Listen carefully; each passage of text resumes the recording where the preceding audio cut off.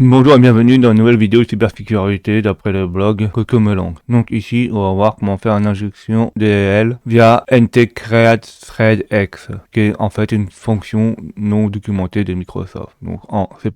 Bonjour à tous, qui est concerné par la cybersécurité de près ou de loin. Donc dans l'article précédent, on a parlé de différentes injections classiques via des create remote thread, donc les threads à distance ou le set Windows hook. Donc on accrochant au thread et en injectant un exploit. Donc aujourd'hui, on va considérer une autre technique d'injection DLL. Cela signifie que nous utilisons une fonction qui n'a pas été documentée, qui est ntcreateThreadX. Donc voyons comment injecter une DLL malveillante dans un processus distant en exploitant les fonctions Win32 API. Virtual Alloc X est aussi une API native officiellement non documentée. Et il y a d'autres fonctions comme Write Process Memory, Wait for Single Object et ntcreateX aussi qui sont des fonctions documentées. Donc on va jeter un coup d'œil à notre DL malveillante qui aura pour but d'afficher meu. Donc on a un simple fichier là DL qui affiche une message box avec ce message qui s'appelle evil.x. Donc voici le code source de notre simple DL malveillante. Donc ici on n'utilise pas quelque chose de dangereux, c'est juste à des buts de test et de pédagogie. Donc on va le compiler, donc on ouvre un terminal, on va utiliser le cross compilateur.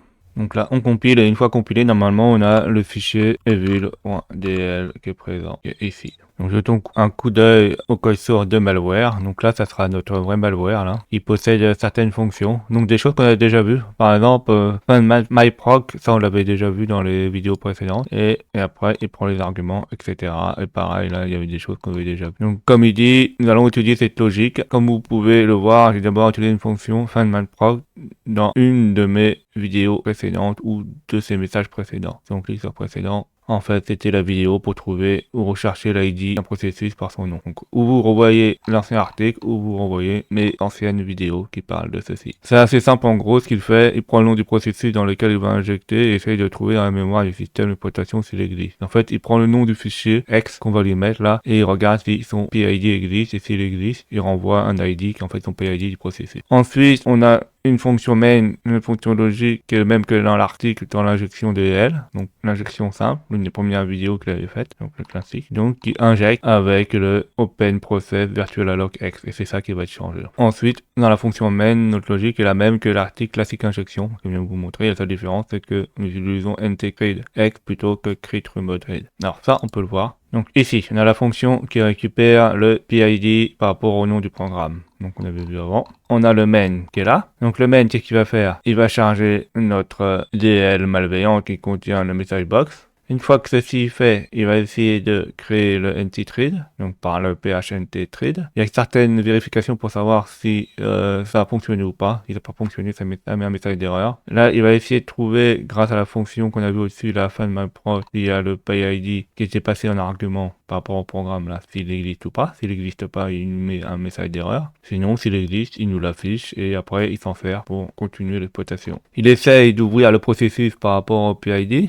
S'il n'arrive pas, il met un message d'erreur. S'il arrive, il continue. Là, comme sur l'injection normale, on est obligé d'allouer de la mémoire pour le payload en exécutable, en lecture et en écriture. Une fois que c'est alloué, il faut écrire dans le processus le code malveillant. Et une fois que ceci est fait, on utilise ntset pour faire fonctionner notre payload. Et une fois que tout est fait, là, on quitte le programme, etc. On fait toutes les choses pour que ça fonctionne. Donc là, comme on va réexpliquer à peu près ce que j'ai dit, comme indiqué dans le code, l'appel API peut être remplacé par des fonctions d'appel API native. Par exemple, virtual alloc peut être remplacé par net alloc virtual memory. Donc en fait tout ça là on peut les remplacer par des fonctions non documentées. Write process memory peut être remplacé par ntWrite process memory. Alors l'inconvénient de cette méthode c'est que la fonction n'est pas documentée et donc peut changer à l'avenir. Oui mais en fait vu que c'est pas des fonctions documentées, ce soit Microsoft ou des personnes, ils peuvent le changer et dire bon bah c'est pas quelque chose d'officiel donc on fait ce qu'on veut. Ça peut être aussi intéressant au niveau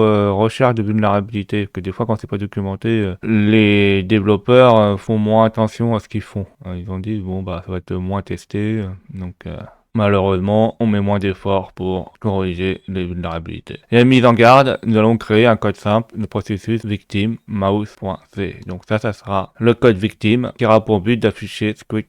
En fait, ce sera pour tester si notre injection fonctionne. Donc, regardons le code mouse. Donc en fait, il fait juste, il a fait juste une message box qui fait quick et là on va le compiler. Donc là on le compile. Par contre, lui il a fait une erreur. Il fait pas hack.ccp hack.x, ça sera mouse et ça sera pas G++ mais GCC. Et comme mis dans le petit encart, il y a une petite erreur. Compile. Donc là on met bien en GCC, on met bien le nom mouse.c, mouse.x. Ah oui, il faut enlever aussi permissive. Hein. Donc là on a bien mouse.x. On va vérifier si X exécute. Donc allons sur Windows. Donc là on a mouse.x, on clique dessus. Et là on a bien le message box qui apparaît. Donc ça fonctionne. Donc là on le vérifie qu'on vient de le faire, donc tout fonctionne parfaitement. Avant d'injecter notre DL malveillant dans le processus, on va compiler hack. Donc là on compile hack avec G++ et hack et en hack.x. Hein. On va vérifier que ça fonctionne bien. Copier. Donc on a des warnings, mais ça a l'air quand même de compiler. Est-ce qu'on a un hack.x? Oui, ça a l'air de fonctionner, donc il n'y a pas de problème. Et là on va vérifier l'exploitation. Donc il faut d'abord exécuter mouse et on va exécuter process hacker pour voir le processus et après on va exécuter hack.x dans le PowerShell, voir si ça fonctionne. Donc faisons tout ceci. Donc exécutons process hacker2, exécutons mouse sans cliquer sur OK. Essayons de retrouver le numéro du processus. Donc là on a trouvé le numéro du processus qui est 1176. Alors chez vous ça sera pas forcément pas le même. Hein. Ça change à chaque fois qu'on redémarre le programme. Et là on va exécuter notre logiciel d'injection. Donc on ouvre PowerShell. Donc là on a notre hack.x et on va l'exécuter avec mouse.x et voir s'il trouve le processus. Donc là il trouve le bon processus. Donc le 1176 qui est là aussi pareil là. On trouve en bas 1076 qui est là. Et normalement on devrait avoir les deux messages. Alors là on a le message de mouse normal et là on voit que le code a été injecté après. Ça a bien fonctionné, ça fait miaou miaou. Donc en fait miaou miaou.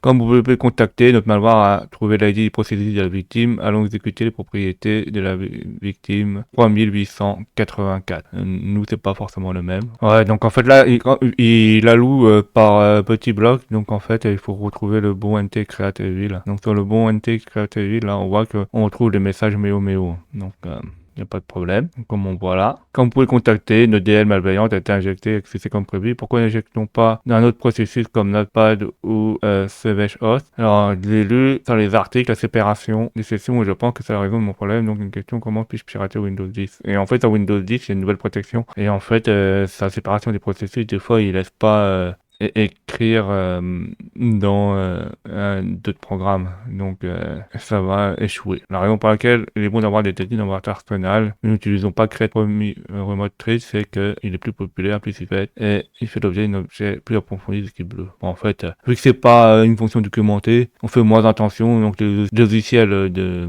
détection de logiciels malveillants, en fait, ils font moins attention par contre. Donc, j'espère que vous avez appris des choses intéressantes. N'hésitez pas à mettre des commentaires pour que j'ai des retours, de mettre des pouces bleus, de vous abonner et n'oubliez pas de cliquer sur la cloche pour voir les nouvelles vidéos qui sortent.